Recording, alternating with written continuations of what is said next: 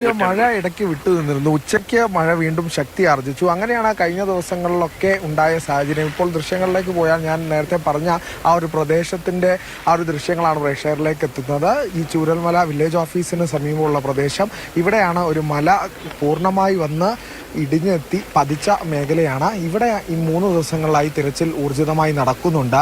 ഈ സ്നിഫർ ഡോഗുകൾ ഉൾപ്പെടെ എത്തി രാവിലെ സ്പോട്ട് ചെയ്തതിനനുസരിച്ചാണ് കൂടുതൽ മൃതദേഹങ്ങളൊക്കെ കണ്ടെത്തിയത്. സൈന്യത്തിൻ്റെ സേനാ വിന്യാസമുണ്ട്. ഒപ്പം തന്നെ ഇറ്റാച്ചിയും JCB ഉൾപ്പെടെയുള്ള മണ്ണുമാന്തി യന്ത്രങ്ങൾ ഉൾപ്പെടെയുള്ള പരിശോധനയും തെരച്ചിലും അവിടെ പുരോഗമിച്ചുകൊണ്ടിരിക്കുകയാണ്. ഇപ്പോൾ നേരത്തെ രാവിലെ തൊട്ട് തന്നെ നമ്മൾ പറയുന്ന ഒരു കാര്യമുണ്ട്. ഈ നാട്ടുകാരുടെയും ഈ പ്രാദേശികമായുള്ള ഇവരുടെ ആളുകളുടെ ഒപ്പം തന്നെ ഈ വോളണ്ടിയർമാർ ഇവിടെ എത്തി സ്ഥിതിഗതി വിലയിരുത്തിയ ശേഷമാണ് ഇത്തരം യന്ത്രങ്ങളൊക്കെ ഇവിടെ അനിവാര്യമാണ്, ഇവിടുത്തെ സ്ഥിതി ഗുരുതരമാണെന്ന് അവിടെ അറിയിച്ചിരുന്നത്.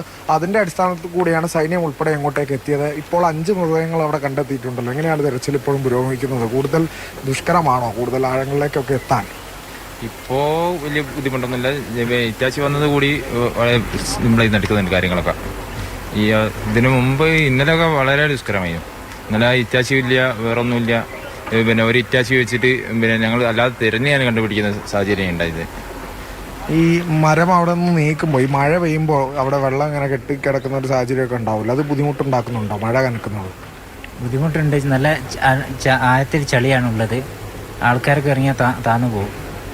അപ്പോൾ അത് ആ കരുതലോട് കൂടിയാണ് അവിടെ മണ്ണുമാന്തി യന്ത്രം ഇട്ട് പരിശോധിച്ച ശേഷമാണ് നമ്മൾ അവിടെ ഇറങ്ങുന്നത്. അതെ, മണ്ണുമാന്തി യന്ത്രം ഇറങ്ങിയതിന് ശേഷം നമുക്ക് ഇറങ്ങാൻ പറ്റും.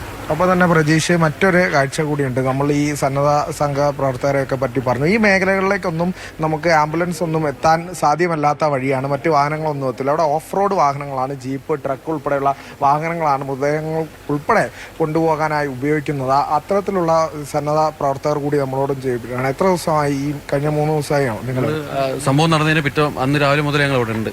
അപ്പോൾ ഞങ്ങൾ ഇവിടുന്ന് അന്ന് സംഭവം നടന്ന സമയത്ത് ഇവിടെയുള്ള ആളുകൾ തന്നെ ഞങ്ങളെ വിളിച്ചിരുന്നു. ഞങ്ങൾ ഇങ്ങനെ ഒരു പ്രവർത്തനമുണ്ട്, ഇവിടെ ഞങ്ങൾ സ്ഥിരം വന്നുകൊണ്ടിരിക്കുന്ന സ്ഥലമാണ് ഈ മേപ്പാടി. അറിയാവുന്ന ആളുകൾ ഈ ദുരന്തത്തിൽ കുടുങ്ങിക്കിടന്ന കുറേ ആളുകൾ ഞങ്ങളെ വിളിച്ചിരുന്നു. അന്ന് തന്നെ ഞങ്ങൾ രാവിലെ ഇവിടെ എത്തി. ഇവിടെ ഈ സ്ഥലത്താണ് ഞങ്ങൾ എത്തി. ഇവിടെ വേണ്ടുന്ന ഇവിടെ 10-26ഓളം ബോഡികൾ ഞങ്ങൾ എടുത്തു. അതല്ല ഈ മരത്തിൻ്റെ ഇടയിൽ നിന്നും കാര്യങ്ങളൊക്കെയാണ് എടുത്തത്.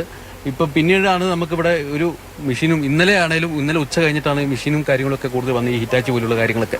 അതിന് മുന്നേ നമുക്ക് വളരെ ബുദ്ധിമുട്ടിയാണ് ബോഡികൾ എടുത്തത്. അവിടെയുള്ള ഒരു പുഴയുണ്ട്, ആ പുഴയെല്ലാം ചുമന്നുകൊണ്ടാണ് ബോഡി അക്കരെ കടത്തിയത്. അന്നൊന്നും വണ്ടികൾ വരില്ല, ഒരുപാട് വെള്ളം ഉണ്ടായിരുന്നു.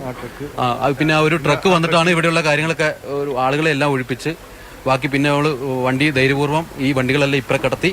ഇപ്പം ഇന്നലെ മുതൽ ഈ നമ്മുടെ വണ്ടികളിലാണ് ഇപ്പോൾ ബോഡിയെല്ലാം അക്കരെ എത്തിക്കുന്നത്. അപ്പോൾ ഇന്ന് നമ്മൾ മിലിറ്ററീൻ്റെ ഒരു ഇതിൽ ഞങ്ങൾ കോർഡിനേഷനിലോട് രഞ്ജിത്ത് ഇസ്രായേൽ പിന്നെ മിലിറ്ററി ഞങ്ങളെ സഹായം ആവശ്യപ്പെട്ടിട്ട് ഞങ്ങൾ വന്ന് ഇപ്പം മിലിറ്ററീൻ്റെ അവിടെ നിന്ന് എല്ലാവരും ഇവിടെ എത്തിക്കലും മിലിറ്ററീൻ്റെ എല്ലാ ഓപ്പറേഷൻസും ഞങ്ങളാണ് ചെയ്യുന്നത്. ഇപ്പം നാളെ അവർ ഞങ്ങളോട് എങ്ങനെയും വരണം, നാളെ ഒന്ന് അസിസ്റ്റ് ചെയ്യണം എന്ന് പ്രത്യേകം പറഞ്ഞിട്ടുണ്ട്. നാളെ ഞങ്ങൾ 3 ദിവസമായിട്ട് ഞങ്ങൾ വളരെ ടയേർഡാണ്. അപ്പോൾ നാളത്തെ കാര്യങ്ങളൊന്നും അറിയില്ല. വരണമെന്ന് തന്നെയാണ് ആഗ്രഹിക്കുന്നത്. കാരണം ഈ ഒരു സാഹചര്യം കണ്ടിട്ട് ഞങ്ങൾക്ക് ഇവിടുന്ന് വിട്ടുപോകാൻ തോന്നില്ല. അതെ, സൈന്യം ഉൾപ്പെടെ ഈ വാഹനങ്ങളാണ് ഈ പുറത്തേക്ക് പോകാനും വരാനും ഒക്കെ ആശ്രയിച്ചിരുന്നത്. എത്ര വാഹനങ്ങളുണ്ട് ഈ ഒരു?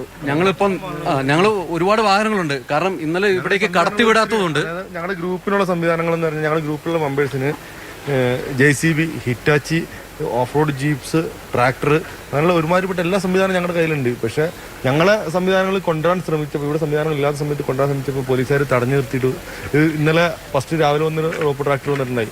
2.5 മണിക്കൂർ അതിനവിടെ തടഞ്ഞു നിർത്തിയവർ. അത് ഇത് ഹിറ്റാച്ചി ഒന്നുമില്ല, വലിയ വലിയ തടികളൊക്കെ വലിച്ചു നീക്കി. ശരി, അരുണമൃതാദ്, എന്തായാലും സന്മനസ്സുള്ളവർ